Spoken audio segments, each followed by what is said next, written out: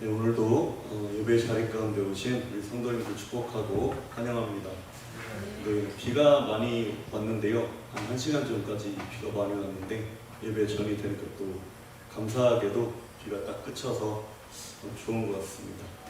오늘도 예배 자리로 인도해 주신 하나님께 감사드리면서 함께 예배하기를 원합니다. 제가 잠시 기도하겠습니다. 하나님, 오늘도 예배의 자리로 인도해 주셔서 감사드립니다. 주님을 바라보는 것이 우리 삶의 능력임을 고백합니다. 주님과 주님의 말씀과 주님의 인도하심을 바라보는 남은 한 주간의 삶이 될 수 있도록 도와주시옵소서. 찬양으로 이 시간 영광 받아 주시옵소서. 함께 하심에 감사를 드리며 예수님의 이름으로 기도했습니다. 아멘.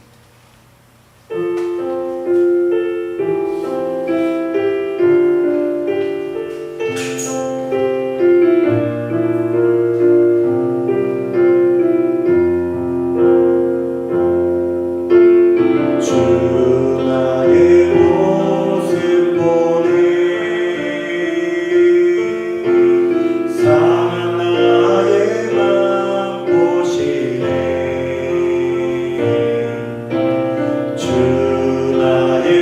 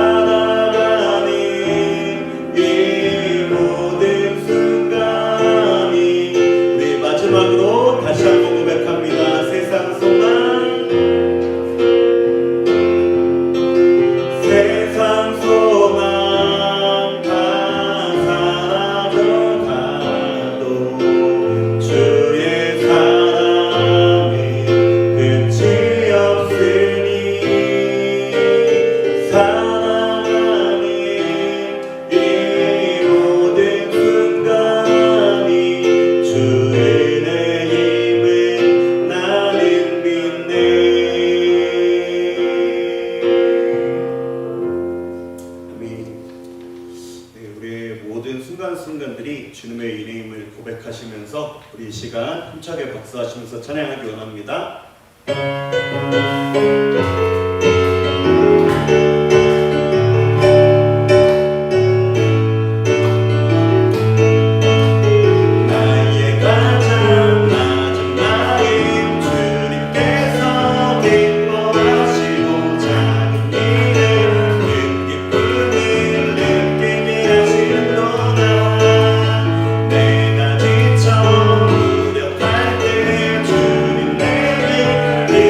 되시고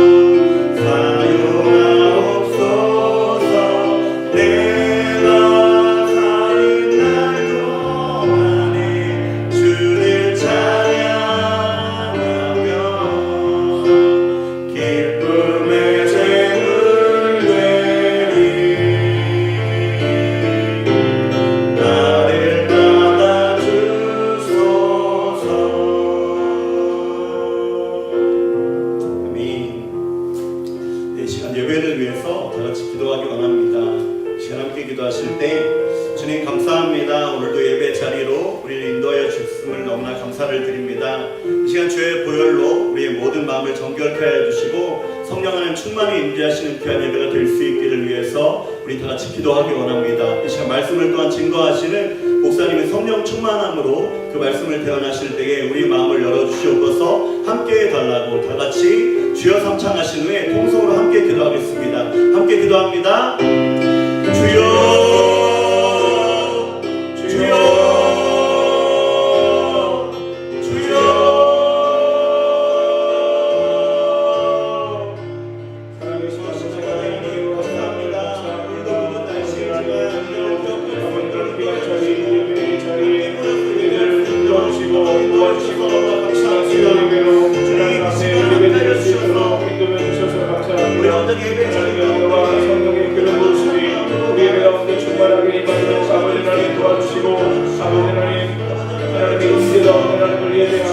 우리 마음으로 은혜를 향할 수 있도록 도와주시고 아버지 하나님 우리의 몸으로 우리의 마음으로 우리의 삶을 다하여 하나님을 예배함으로 온전히 하나님께 영광 돌리는 자리가 될 수 있도록 아버지 하나님 도와주시고 함께하여 주옵소서. 아버지 하나님 너희는 너희의 것이 아니요 값으로 산 곳이 되었고 너희 안에 성령께서 거하심으로 말미암아 너희 몸을 하나님께 영광을 돌리라고 사도가 우리 고린도들 땅에서 우리에게 말씀해 주셨는데 아버지 하나님 날마다 우리 자신을 하나님께 드리며 하나님의 영광을 위하여 우리가 살아갈 수 있도록 아버지 하나님 도와주시고 하나님의 뜻을 이루어드리는 귀한 삶을 우리가 온전히 살 수 있도록 주님이 도와주시고 역사하여 주옵소서. 함께하여 주시옵소서.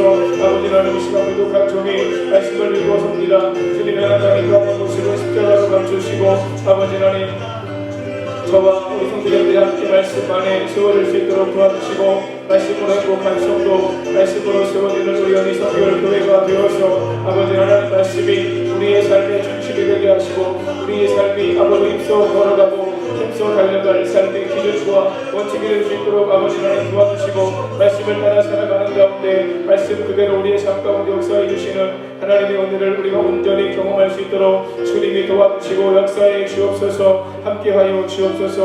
우리가 드리는 예배를 통해 주님만 홀로 영광 받아 주시옵소서.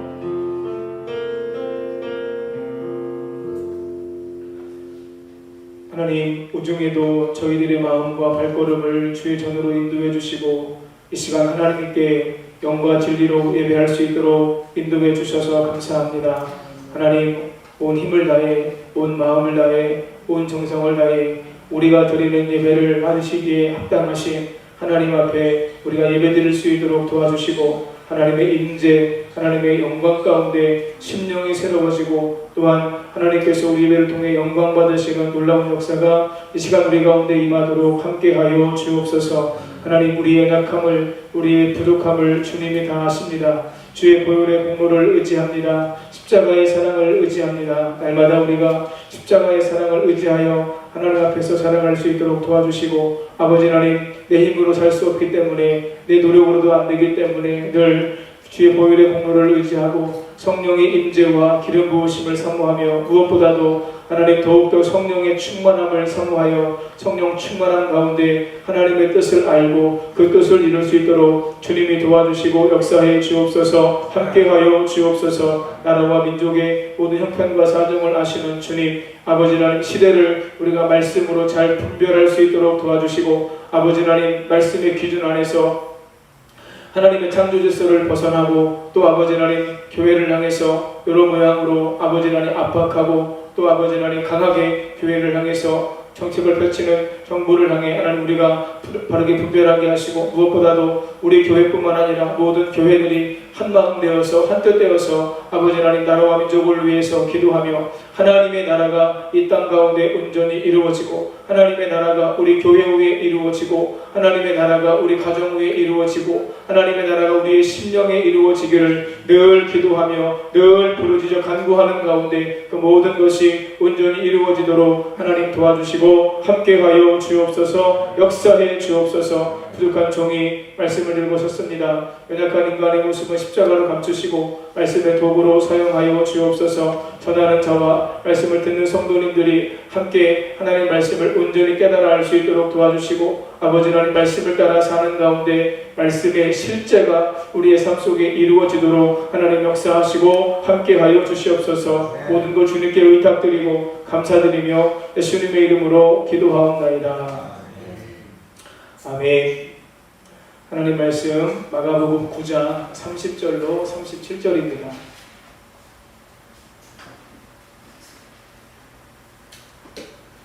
마가복음 9장 30절로 37절. 신약성경 69면에 있습니다. 마가복음 9장 30절로 37절 한 절씩 교독하겠습니다. 그곳을 떠나 갈릴리 가운데로 지날새 예수께서 아무에게도 알리고자 아니하시니 이는 제자들을 가르치시며 또 인자가 사람들의 손에 넘겨져 죽임을 당하고 죽은 지 3일 만에 살아나리라는 것을 말씀하셨기 때문이라. 그러나 제자들은 이 말씀을 깨닫지 못하고 묻기도 두려워하더라. 아브라함의 이름으로 집에 계실새 제자들에게 물으시되 너희가 길에서 서로 토론하는 것이 무엇이냐 하시니 그들이 잠잠하니 이는 길에서 서로 누가 크냐 하고 쟁론하였습니다. 예수께서 앉으사 12제자를 불러서 이르시되 누구든지 첫째가 되고자 하면 무사람이 끝이 되며 무사람을 섬기는 자가 되어야 하리라 하시고 어린아이 하나를 데려다가 그들 가운데 세우시고 안으시며 제자들에게 이르시되 누구든지 내 이름으로 이런 어린아이 하나를 영접하면 곧 나를 영접하며 누구든지 나를 영접하면 나를 영접함이 아니요 나를 보내신 이를 영접함이니라. 아멘. 우리 서로 바라보시면서 축복하면서 인사하시겠습니다. 예수님 안에서 좋은 일이 있습니다.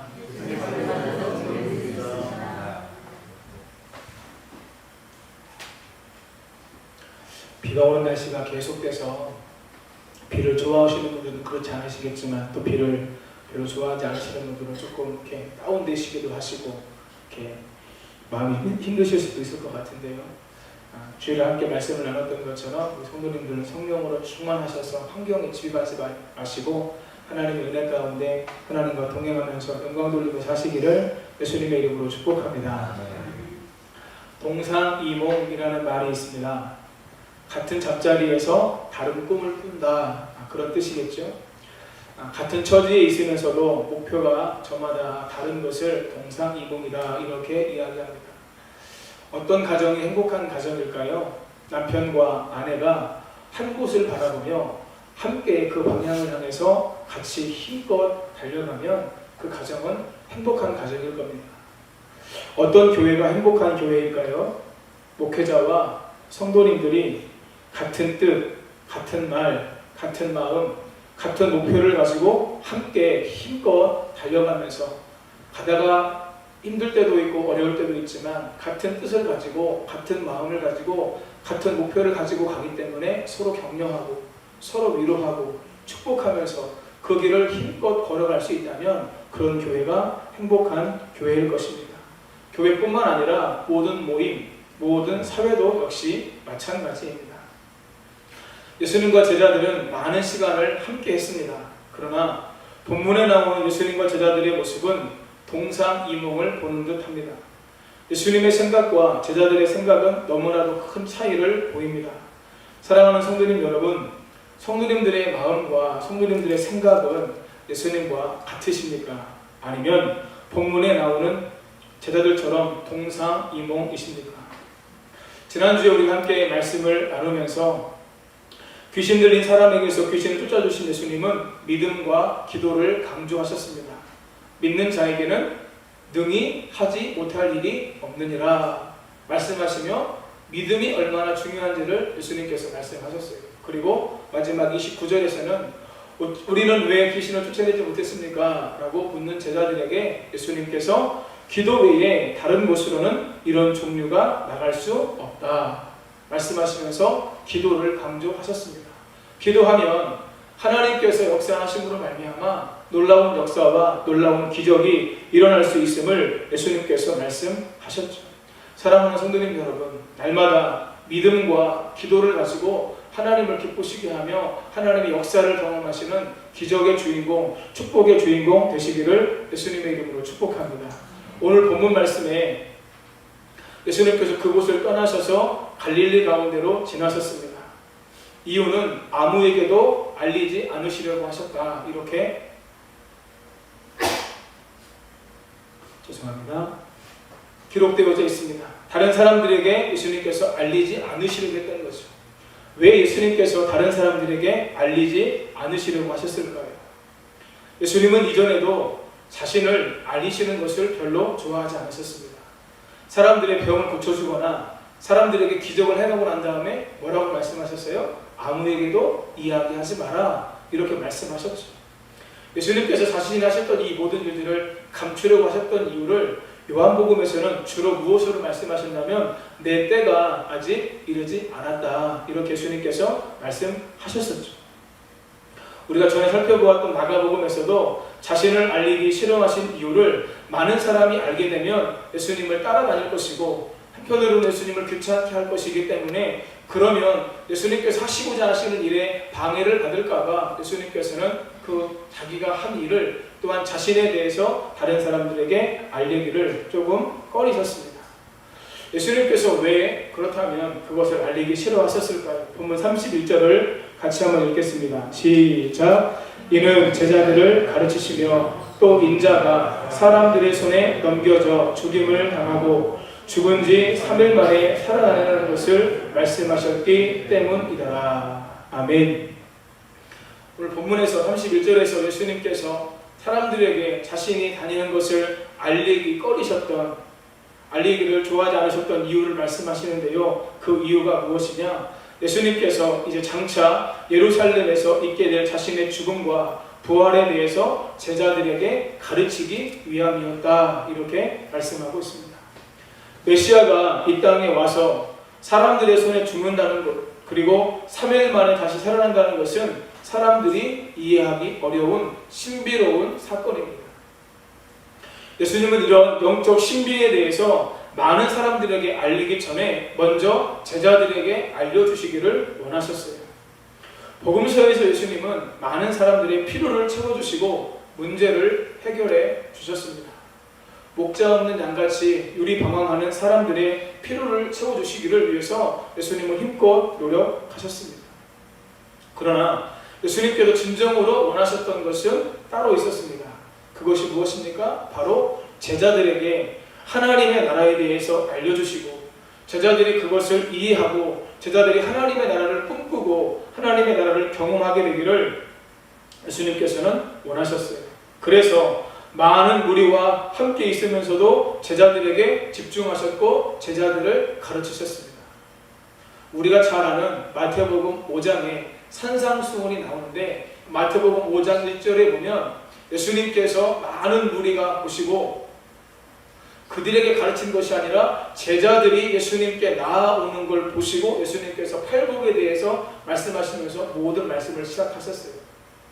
무슨 이야기냐면 많은 무리가 모여 있었지만 그 가운데 예수님께서는 그 많은 사람들에게도 들려주기를 원하셨지만 예수님은 제자들이 예수님께로 나아오는 걸 보면서 그들이 정말로 이 팔복의 말씀을 그리고 산상수훈의 말씀을 정확하게 알고 이해하기를 원하셨다라고 하는 것이죠. 12명의 제자들에게 예수님께서 집중하셨지만 또 그 가운데 베드로와 야고보, 요한에게 또다시 집중하시면서 우리가 지난번에 함께 말씀을 나눴던 것처럼 높은 산 위에 올라가 변형되는 모습도 그 세 제자에게만 예수님께서 보여주셨습니다. 이것을 통해서 우리가 깨닫게 되는 것이 있습니다. 무엇이냐면 누가 예수님의 제자가 될 수 있는가? 어떤 사람이 예수님의 제자로서의 삶을 살 수 있는가? 예수 그리스도께서 이 땅에 구원자로 오셨음을 믿고 영적 세계를 아는 자가 예수님의 제자가 될 수 있다고 하는 거예요. 일반인들은 이해하기 어려운 십자가와 부활의 신비를 믿고 경험한 자들은 예수님의 제자가 되기를 힘써야 됨을 오늘 성경이 우리에게 말씀해주고 있는 것이죠. 사랑하는 성도님 여러분, 예수님의 십자가와 부활 사건이 나를 위한 사건으로 나에게 생명을 주시고 가장 복된 삶의 길을 가르쳐 주시기 위한 예수님의 사랑으로 저와 여러분들이 받으셨다면, 이제 우리의 삶은 예수님을 사랑하고 예수님께서 걸어가신 길을 따라 걸어가며 제자의 삶을 살아가는 것이 예수님께서 우리에게 원하시는 삶의 모습이라고 하는 거예요. 예수님의 십자가와 부활을 경험하지 않은 사람들이 예수님의 제자의 삶을 살 수는 없을 것입니다.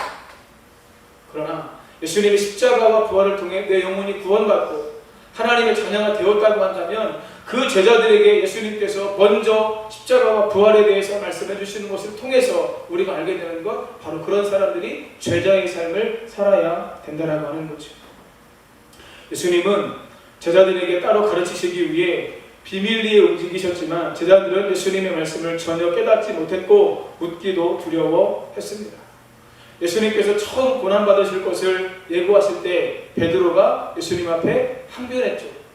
이런 일이 결코 일어날 수 없습니다 라고 항복했는데, 베드로는 겉으로 드러내었지만 속으로 베드로 같은 마음을 품었던 제자들도 있었을 것입니다. 제자들은 예수님의 고난을 상상하는 것만으로도 엄청난 충격을 느꼈던 것이고, 메시아가 고난을 받고 죽는다, 이것은 도저히 이해할 수 없는 것이었습니다.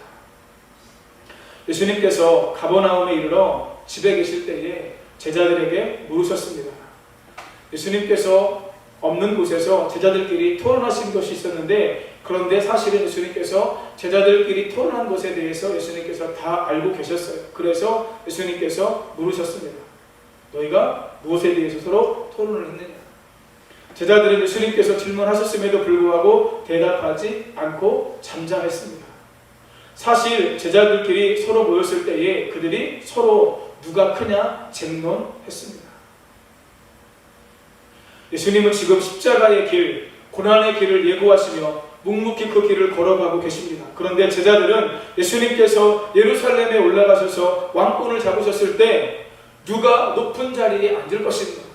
누가 예수님의 좌우편에 앉을 것인가? 누가 더 큰가? 누가 더 높은가? 지금 이걸 가지고 제자들은 이야기하고 있었다는 거예요. 이것을 가지고 쟁론했습니다. 예수님께서 무엇을 가지고 토론하느냐라고 물으셨을 때 제자들이 대답을 하지 못한 이유도 자기들의 모습이 부끄러운 모습임을 그들이 알았기 때문에 예수님에게 감히 무엇에 대해서 이야기를 나눴는지, 서로 누가 크냐에 대해서 이야기를 나눴는지 이야기를 못했던 것이죠. 34절 끝에 보시면 서로 쟁론했다라고 말씀하고 있는데, 쟁론에 해당하는 헬라어는 디알레 고마이라고 하는 말입니다. 이 말은 토론하다라고 하는 뜻이 있습니다. 사도행전에서 사도 바울이 부활의 주님을 만나고 가는 곳마다 회당에서 많은 사람들에게 연설하고 많은 사람에게 설교할 때 바로 이 디알레고마이라고 하는 말이 사용되었습니다. 그러니까 이것은 토론하다라고 하는 뜻도 있고 연설하다, 설교하다라고 하는 뜻도 있어요. 그런데 본문에서는 이 말씀이 어떻게 사용되었느냐, 제자들이 서로 크다 이걸 가지고 토론한 것이 아니라 쟁론했다고 나오는데 이것이 말다툼했다라고 하는 것으로 그런 의미로 사용되었다고 하는 거죠. 그래서 새 번역에서는 서로 다투었던 것이다 이렇게 기록이 되어져 있고요. 선교 100주년 기념 주석에서도 논쟁을 벌였다로 번역했습니다. 제자들은 더 높은 자리를 차지하기 위해 서로 토론한 것이 아니라 모든 제자들이 자기가 더 높은 자리에 앉아야 된다고 이야기하면서 서로 말다툼했던 거예요. 서로 논쟁했던 거예요.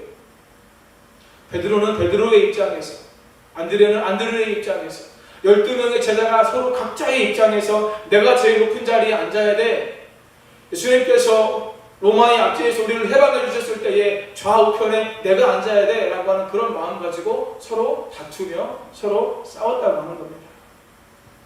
그것을 다 아셨던 예수님께서 제자들에게 중요한 가르침을 주십니다. 우리 본문 35절 말씀 같이 한번 읽겠습니다. 시작. 예수께서 만드사 12 제자를 불러서 이르시되 누구든지 첫째가 되고자 하면 못사람의 끝이 되며 못사람을 섬기는 자가 되어야 하리라 하시고. 아멘. 제자들이 누가 더 크냐라는 주제로 다퉜던 것을 아셨던 예수님은 35절에서 두 가지를 말씀하고 계십니다. 첫째가 되고자 하면 끝이 되라, 이렇게 말씀하셨어요. 같이 한번 읽겠습니다. 시작. 첫째가 되고자 하면 끝이 되라고 하셨습니다. 세상의 가치관은 다른 사람을 누르고 위로 올라가라, 첫째가 되라, 높은 자리를 차지해라, 이렇게 이야기합니다. 사람들은 첫째가 되기 위해 어렸을 때부터 극심한 경쟁 속에서 살아갑니다.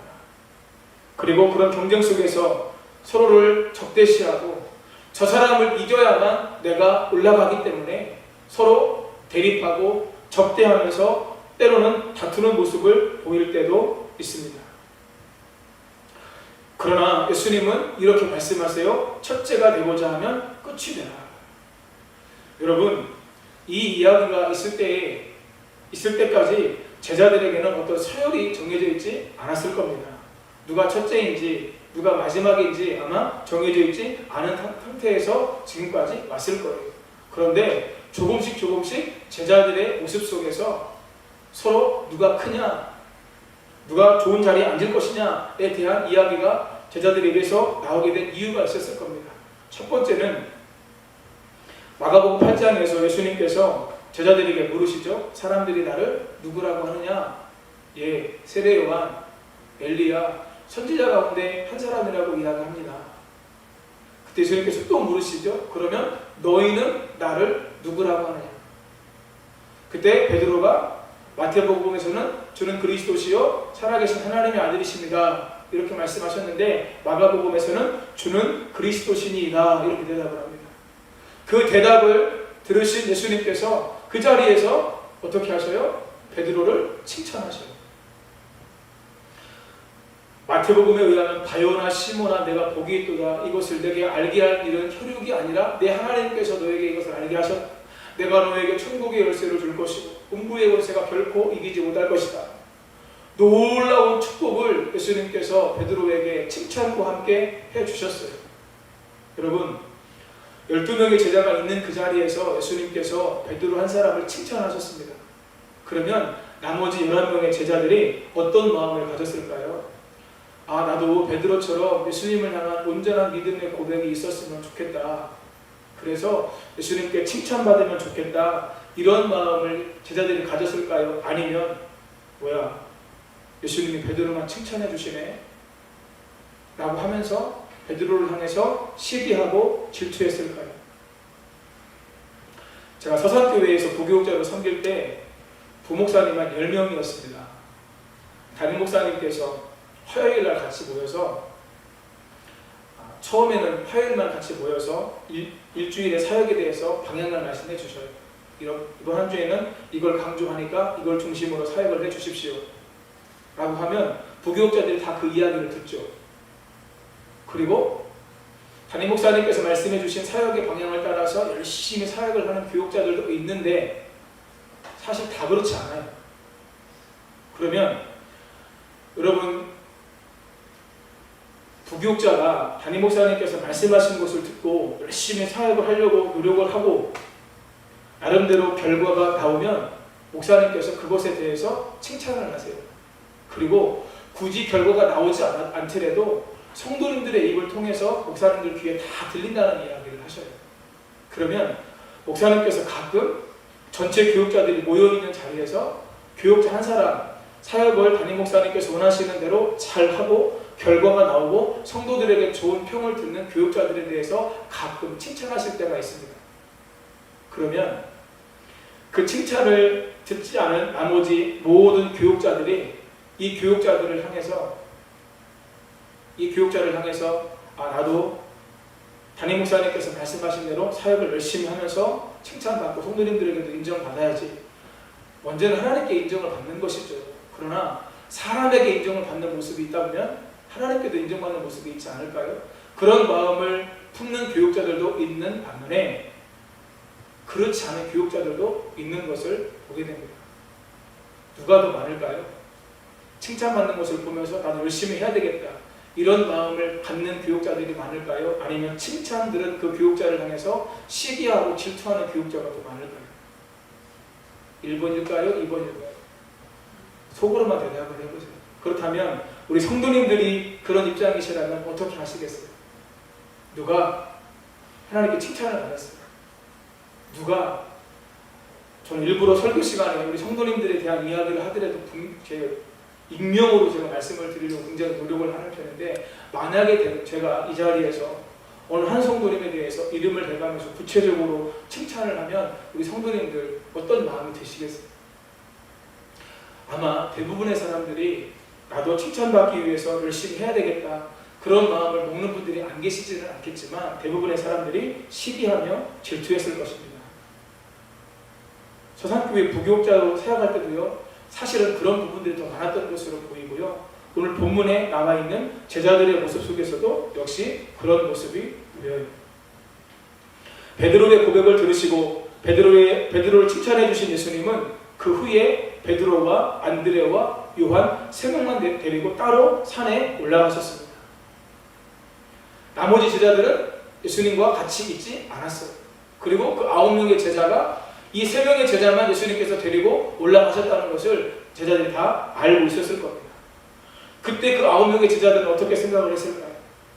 3명의 제자만 차별한다고 생각하지 않았을까요? 그 3명의 제자들을 향해 시기와 질투의 마음이 생기지 않았을까요? 그래서 그들은 어느 순간부터 서로 누가 크냐 다투기 시작했다라고 하는 것이죠. 제자들의 이 모습에서 우리가 안타까움을 느끼고 인간의 연약함을 깨닫게 됩니다. 제자들과 함께하면서 예수님은 하나님의 나라에 대해서 가르쳐 주셨습니다. 베드로의 고백을 들으시고는 이제는 드디어 십자가에서 죽으실 것과 3일 만에 부활하실 것까지도 예수님께서 말씀해 주셨어요. 그런데 제자들은 누가 큰가, 누가 높은 자리에 앉을까, 이것만 생각하고 있는 것입니다. 제자들의 이런 모습은 본문에서뿐만 아니라 그 뒤에서도 나타나는 것을 보게 됩니다. 다음에 10장에 넘어가면 그 내용이 나오게 되는데요. 세베대의 아내가 예수님께 와서 절하면서 청탁을 넣죠. 뭐라고 청탁을 넣어요? 예수님, 나의 2 아들을 야고보와 요한을 주의 나라가 임하게 될 때에 하나는 주의 우편에 하나는 주의 좌편에 앉게 해주십시오. 이렇게 이야기합니다. 그때 예수님께서 뭐라고 말씀하십니까? 그것은 나와 상관없는 것이고 누구를 위하여 예비하셨든지 그들이 얻을 것이다. 이렇게 예수님께서 말씀하셨습니다. 우리 마가복음 10장 41절 말씀 같이 읽겠습니다. 시작. 10 제자가 듣고 야고보와 요한에 대하여 화를 내거늘. 아멘. 여러분, 이 말씀이요, 예수님의 말씀이 끝난 다음에 제자들이 보였던 반응이에요. 세베대의 아내 야고보와 요한의 어머니가 예수님께 가서 그 2 아들에 대해서 청탁을 넣은 것을 알고 예수님께서 누구를 위해서 예비하셨든지 그들이 얻을 것이다 라고 얘기하고 난 다음에 나머지 10명의 제자들이 보인 반응이 무엇이에요? 야고보와 요한에 대해서 화를 냈다, 이렇게 기록되어져 있습니다. 마태복음에서는 10 제자가 듣고 2 형제에 대하여 분이 여겼다, 이렇게 기록되어져 있어요. 여러분, 이것이 무엇을 의미할까요? 왜 마가복음 10장에서 10명의 제자들이 2 야고보와 요한을 향해서 화를 냈을까요? 마태복음에서 왜 분하게 여겼을까요? 예수님께서 그러실 분도 아니지만 그들은 그렇게 기대를 하고 있었으니까요.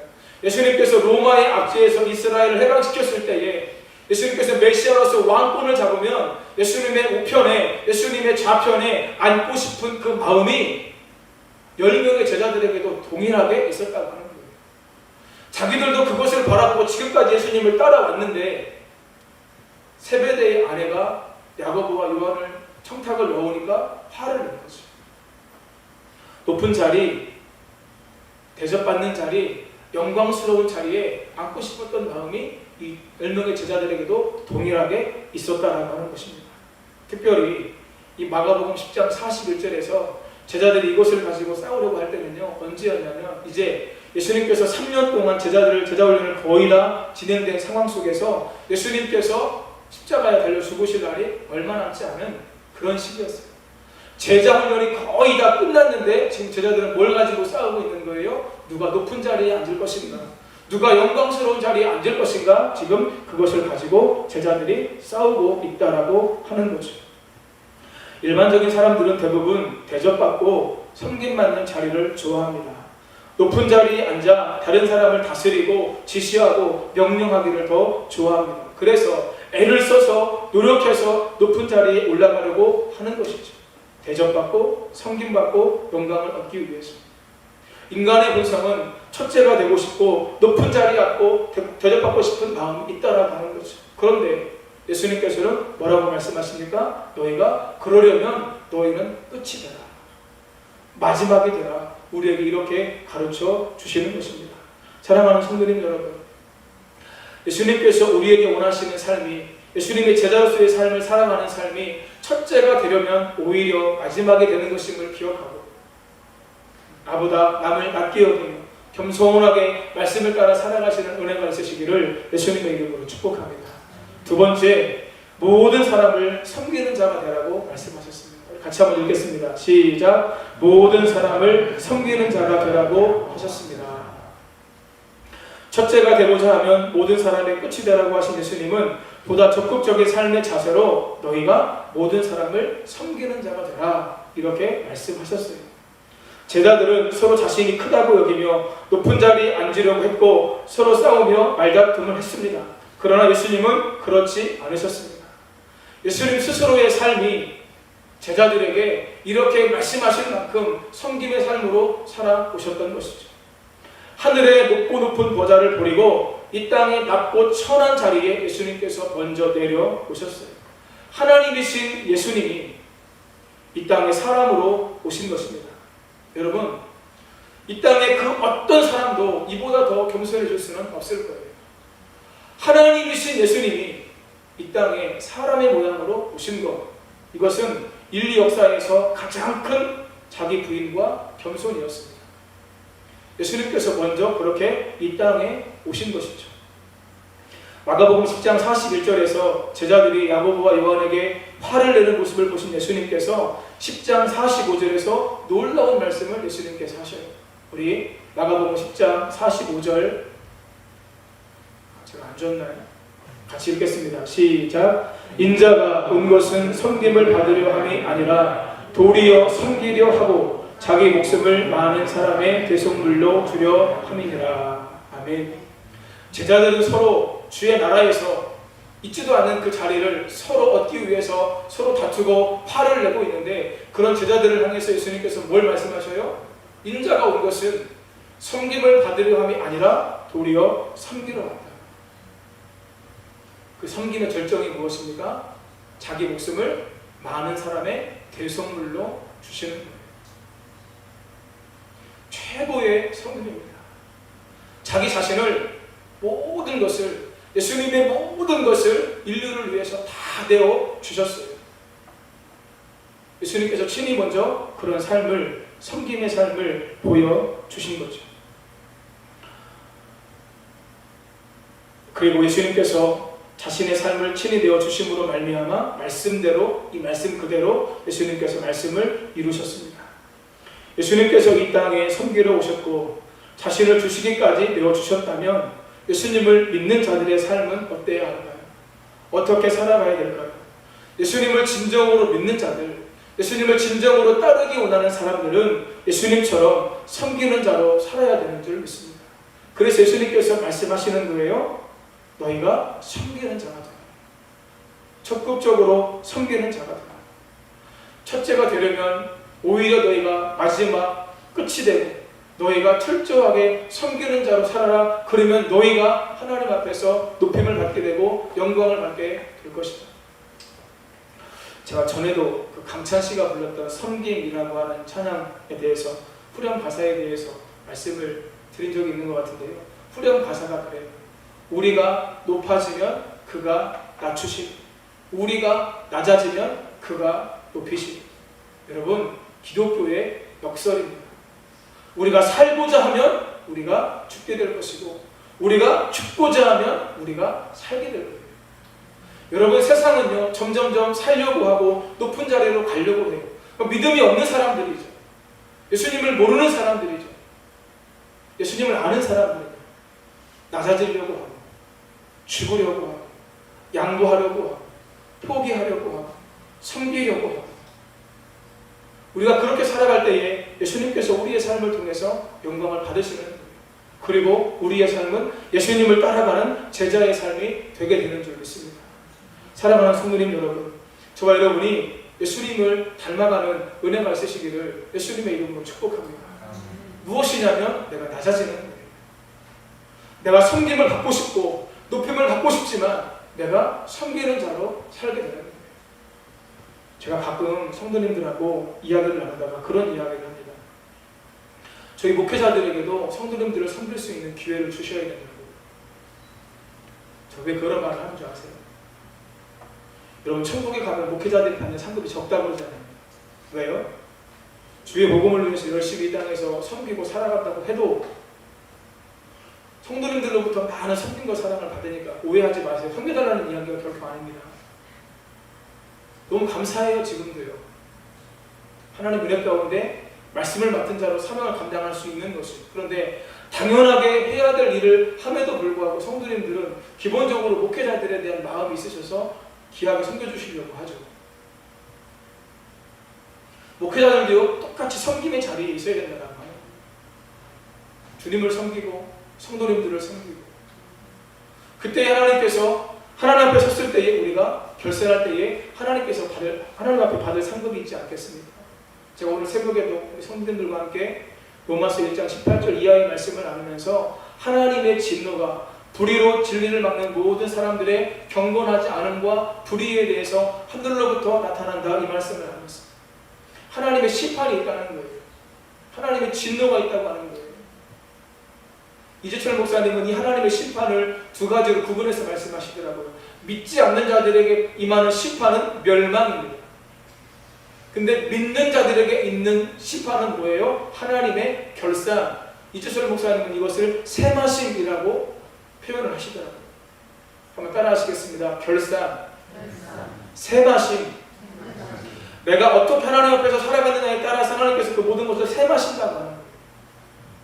은혜 받은 자로 하나님의 사랑을 입은 자로 구원받은 자로 예수님처럼 예수님을 따라서 섬김의 삶을 살아가는 자들에게는 그의 합당한 세마심이 있다라고 하는 것이고 구원을 받았음에도 불구하고 하나님의 사랑을 받았음에도 불구하고 나만 생각하고 나중심의 삶을 사는 자들은 구원은 받겠죠. 그러나 부끄러운 구원 아닐까요? 사랑하는 성도님 여러분, 날마다 예수님을 닮아가고자 하는 제자의 삶을 살고자 하는 마음이, 그래서 예수님처럼 섬기고자 하는 마음이 저와 여러분의 삶 가운데 풍성하게 임하게 되시기를, 그래서 그 마음 임함으로 말미암아 그렇게 살아가는 가운데 하나님께 영광 돌리며 사실 수 있기를 예수님의 이름으로 축복합니다. 천재로 불리던 한 소년이 있었습니다. 그의 인생은 항상 오르막길이었습니다. 그는 주위의 기대대로 하버드 대학의 교수가 됐습니다. 그가 집필한 32권의 책은 모두 베스트셀러가 됐고 그를 만나기 위해 수많은 사람들이 항상 그에게 모여들었습니다. 그의 인생은 오직 성공과 성취로 장식됐습니다. 그런데 어느 날 이 사람이 폭탄 선언을 했습니다. 나는 교수직을 포기합니다. 이제 정박아 시설에 들어가 새로운 인생을 살아갈 것입니다. 사람들은 깜짝 놀라며 당황했습니다. 그리고 그에게 물었습니다. 그 많은 명예와 그 많은 보수를 왜 버리려고 하십니까? 차라리 후학을 양성하는 일에 힘써 주십시오 라고 요청했습니다. 그 말에 그 사람이 이렇게 대답합니다. 오르막길 인생은 성공과 칭찬에 가려 예수님이 보이지 않았습니다. 이제 낯선 곳에서 예수를 만날 것입니다.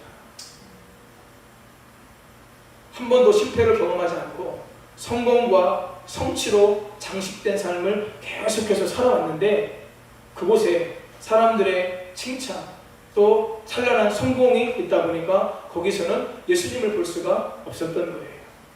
이제는 낮은 곳에 가서 예수님을 만나기를 원한다는 거죠. 낮은 곳에서 예수님처럼 섬기면서 예수님을 닮아가는 자가 되고 싶다는 믿음의 고백을 드렸습니다. 여러분, 이 사람이 누군지 혹시 아십니까? 상처 입은 치유자라고 하는 책으로 유명한 헨리 나우겐 목사님이십니다. 인생의 오르막길에는 예수님이 보이지 않습니다. 그러나 고통과 눈물의 돌자갈이 깔린 곳에 예수님의 미소가 있습니다. 꼭대기로 올라간 자들의 인생은 그만큼 위험 부담도 클 수밖에 없습니다. 안 보이는 거예요. 사람들이 다 밑으로 보이는 거예요. 그러면 자연스럽게 어떻게 될까요? 사람들을 무시하거나 깔보거나 나의 성공을 위한 도구쯤으로 사람들을 삼게 될 위험성도 있지 않을 거예요. 헨리 나우겐의 이 가르침을 우리 마음 가운데 품어야 되는 줄 믿습니다. 우리 한 가지만 더 말씀을 나누고 마치겠습니다. 예수님께서 그 말씀을 하시고 어린아이 하나를 데려다가 그들 가운데 세우시고 팔로 안으시고 말씀하십니다. 우리 37절 말씀 같이 읽겠습니다. 시작. 누구든지 내 이름으로 이런 어린아이 하나를 영접하면 나를 영접함이요 누구든지 나를 영접하면 나를 영접함이 아니요 나를 보내신 이를 영접함이니라. 아멘. 예수님께서 첫째가 되고자 하면 끝이 되고 섬기는 자가 되라고 하신 후에 어린아이를 영접하는 것에 대해서 말씀하십니다. 왜 예수님께서 이것을 말씀하실까요? 예수님 당시에 어린아이들에 대한 배려가 거의 없었습니다. 그런데 예수님은 항상 어린아이들과 함께 하셨죠. 어린아이들에 대한 배려가 없는 그런 상황 속에서 예수님은 어린아이를 데려다가 제자들 가운데 세우시고 그들을 안아주셨습니다. 안아주신다라고 하는 것은 그들을 사랑하고 그들을 축복한다라고 하는 예수님의 마음이 담겨져 있는 것이죠. 가장 작고 가장 천하게 여기는 어린아이를 영접하는 것이 곧 예수님을 영접하는 것이고 하나님을 영접하는 것이라 말씀하셨습니다. 제자들은 큰 자가 되기 원했고 높은 자리를 원했습니다. 그러나 예수님은 그런 제자들에게 시청각 자리를 통해서 어린아이를 안아주시며 그들을 사랑하고 축복함을 보여주셨습니다. 그리고 낮고 천한 어린아이를 영접하는 것이 예수님을 영접하는 것이라고 말씀해 주셨어요. 어떻게 하라고 말씀하시는 거예요? 어린아이같이 너희가 겸손하게 낮은 자들로 너희가 살아가라. 이렇게 보여주시고 말씀해 주시는 거죠. 사랑하는 성도님 여러분, 예수님을 믿고 따르는 우리의 삶에 동상이몽이 아니라 동상동몽의 꿈을 우리가 살아갈 수 있는 은혜가 있었으면 좋겠습니다.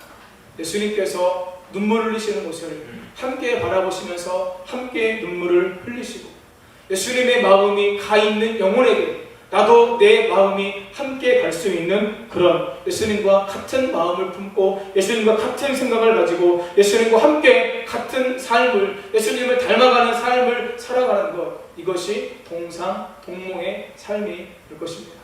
그 귀한 삶을 살아가시면서 하나님께 영광 돌리시는 성도님들 다 되시기를 예수님의 이름으로 축복합니다. 우리 함께 찬송가 452장 부르고 기도하겠습니다.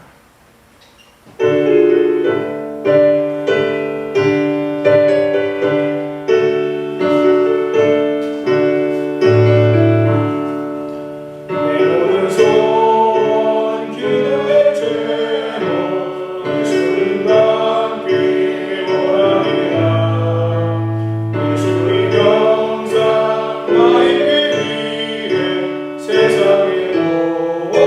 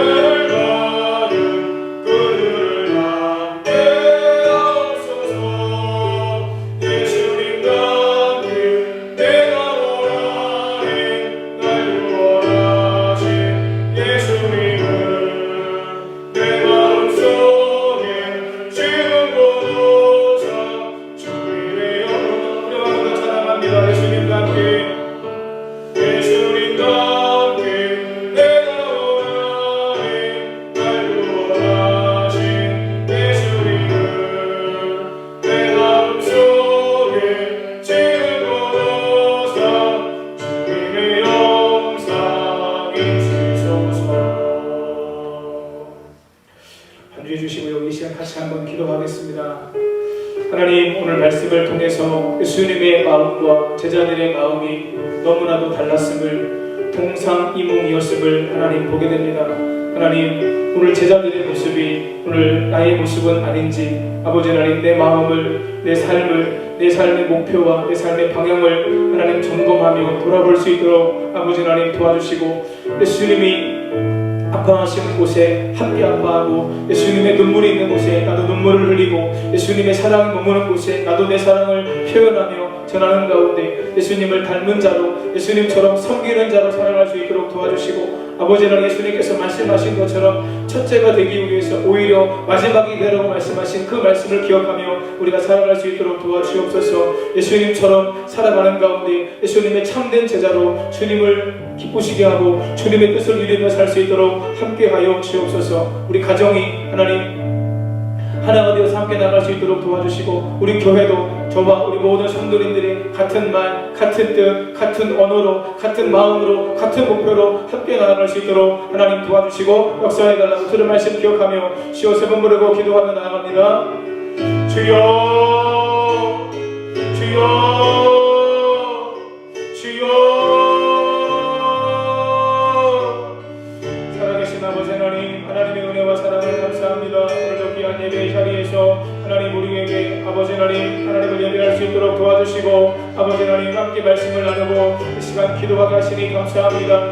아버지 하나님, 예수님을 닮아가야 할 우리의 모습 속에 아버지 하나님 예수님처럼 아버지 하나님 섬김의 삶은 없고, 아버지 하나님 대접받으려고 하고 높은 자리에 앉으려고 하는 아버지 하나님 그 마음이 우리 마음 가운데, 아버지 저희 마음 가운데 아버지 하나님 너무나도 많음을 아버지 하나님 보게 됩니다. 주여, 예수님처럼, 예수님께서 말씀하신 것처럼 아버지 하나님 누가 크냐, 누가 높은 자리에 앉을 것이냐, 아버지 이것에 대해서 아버지가 꿈꾸고 생각하고 소원하면서 그것을 추구하며 살아가는 우리의 삶 되지 않도록 아버지 하나님 도와주시고, 오히려 예수님의 말씀처럼 아버지 하나님 첫째가 되고자 하는 자들은 아버지 하나님 오히려 끝이 되고, 아버지 하나님 모든 사람을 섬기는 자로 우리가 살아갈 수 있도록 아버지께서 도와주시고 역사에 주옵소서. 아버지 예수님께서 이 땅에 친히 아버지 하나님 오신 목적이 내가 섬김을 받으려 함이 아니요 모든 사람을 섬기려 하고, 아버지 하나님 자기 자신을 아버지 많은 사람의 대속물로 주기 위함이라고 예수님께서 말씀하신 것을 아버지 하나님 우리가 기억합니다. 아버지 하나님 저희도 예수님을 따라서, 아버지 하나님 저도 예수님을 따라서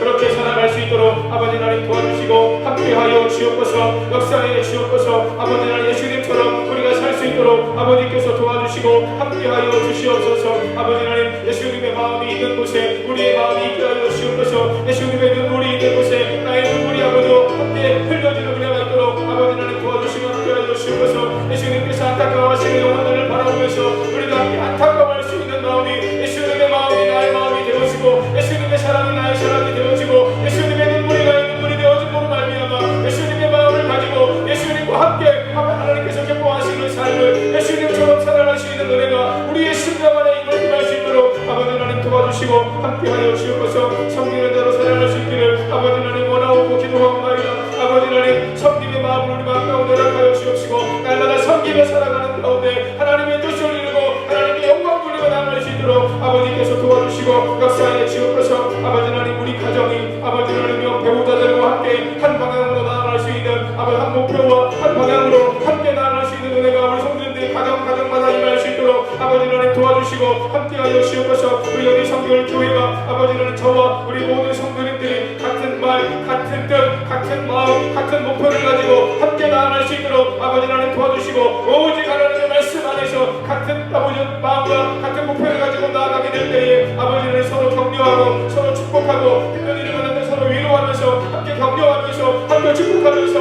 하나님의 나라가 우리 가운데 이루어지기를 위해서 함께 나아갈 수 있도록 아버지 하나님 도와주시고, 우리 교회가 이 지역사회에 있을 수밖에 없었던 그 이유들을 함께 드러내며 함께 그 일을 이루며 우리가 나아갈 수 있도록 아버지 도와주시고 역사에 주옵소서. 함께하여 주옵소서. 주님 영광 받아 주시옵소서. 영광 나타내 주시옵소서. 한 번 더 같이 기도하겠습니다. 나라와 민족을 위해서 같이 기도해 주시고요.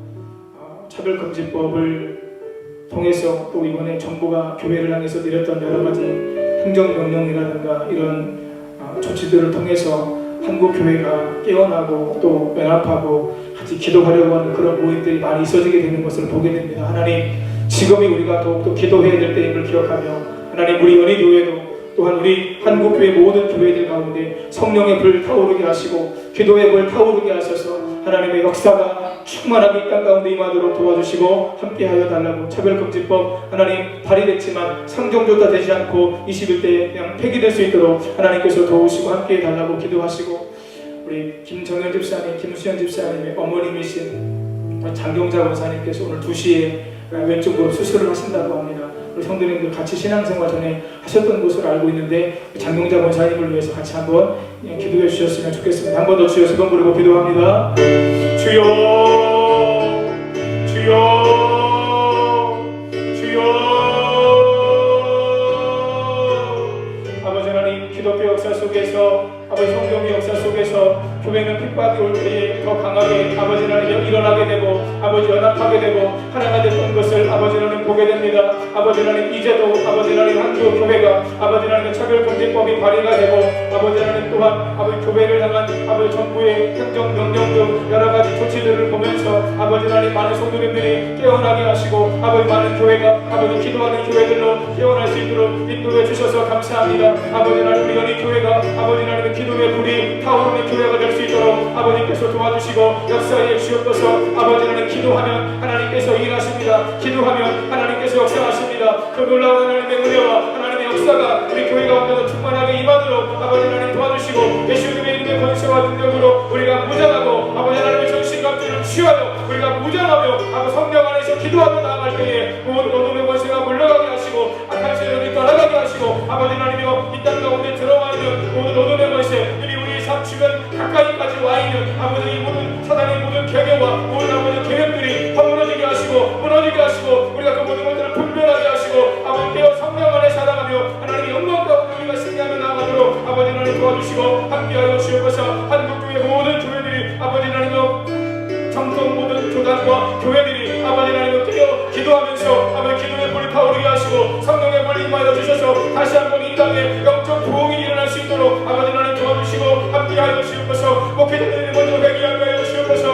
목회자들이 먼저 더 뜨겁게 기도할 수 있도록 아버지 하나님 도와주옵소서. 기도하는 가운데 하나님의 은혜를 구하게 하시고 기도하는 가운데 하나님의 성령의 역사하심을 경험하게 하시고 그 가운데 아버지 살아있는 말씀을 선포하며 함께 믿음 안에 세워지는 역사가 나타나도록 아버지 하나님 도와주시고 함께 믿음 안에 세워져 함께 성령의 역사하심 가운데 하나님의 뜻을 이루고 영광 돌리며 나아갈 수 있도록 아버지 하나님 도와주시고 함께하여 주옵소서. 기도하는 일에 우리 모든 성도들의 마음이 모아지게 하시고 함께 나와 기도하며 또 계신 곳에서 기도하며 하나님의 공을 볼 수 있도록 아버지께서 도와주시고 함께하여 주옵소서. 장경병원생 수술 가운데 하나님께서 함께하시고 수술이 잘 진행되어지도록 아버지 하나님 도와주시고 온전히 회복되어질 수 있도록 아버지 하나님 도와주시고 역사에 주옵소서. 함께하여 주옵소서. 우리 성도님들 가운데도 육체의 아버지 질병과 고통 가운데 있는 많은 성도님들 계십니다. 주님의 거룩한 보혈로 덮어주시고 역사해 주셔서 신령의 은혜가 임하도록 도와주시고 회복의 역사가 나타날 수 있도록 함께하시고 날마다 우리 성결 교회가 하나님의 역사하심과 함께하심 가운데 새로워지고 부흥하도록 하나님 도와주시고 역사해 주옵소서. 영광 받아 주시옵소서.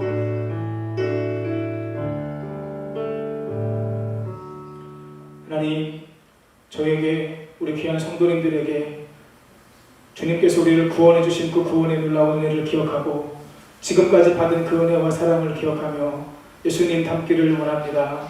예수님 닮아가기를 소원합니다. 이 마음의 소원과 기도의 제목이 있어지도록 회복되도록 하나님 도와주시고 함께하여 주옵소서. 예수님처럼 섬기는 자로 살게 하여 주옵소서. 예수님처럼 낮아지는 은혜가 있어지도록 주님 도와주옵소서. 겸손하게 하나님을 섬기고 아버지 하나님, 하나님께서 맡겨주신 영혼들을 섬기며 예수님의 마음을 가지고 예수님과 함께 예수님을 따라 우리가 살아갈 수 있도록 주님 도와주시고 함께해 주옵소서. 역사하여 주시옵소서. 우리 교회가 기도의 불이 타오르기를 원합니다. 한국 교회가 기도의 불이 타오르기를 원합니다. 아버지 하나님, 이 힘들고 어려운 시기 속에서 더욱더 우리가 기도하며 나아갈 때 한국교회에 새로운 성령의 바람이 불어오게 하여 주옵시고 우리의 심령에 성령의 바람이 불어오게 하여 주시옵시고 우리의 삶이 새로워져 하나님께서 기뻐하시는 삶을 온전히 살 수 있도록 도와주옵소서. 하나님의 나라를 날마다 꿈꾸며 살 수 있도록 도와주옵소서. 역사해 주옵소서.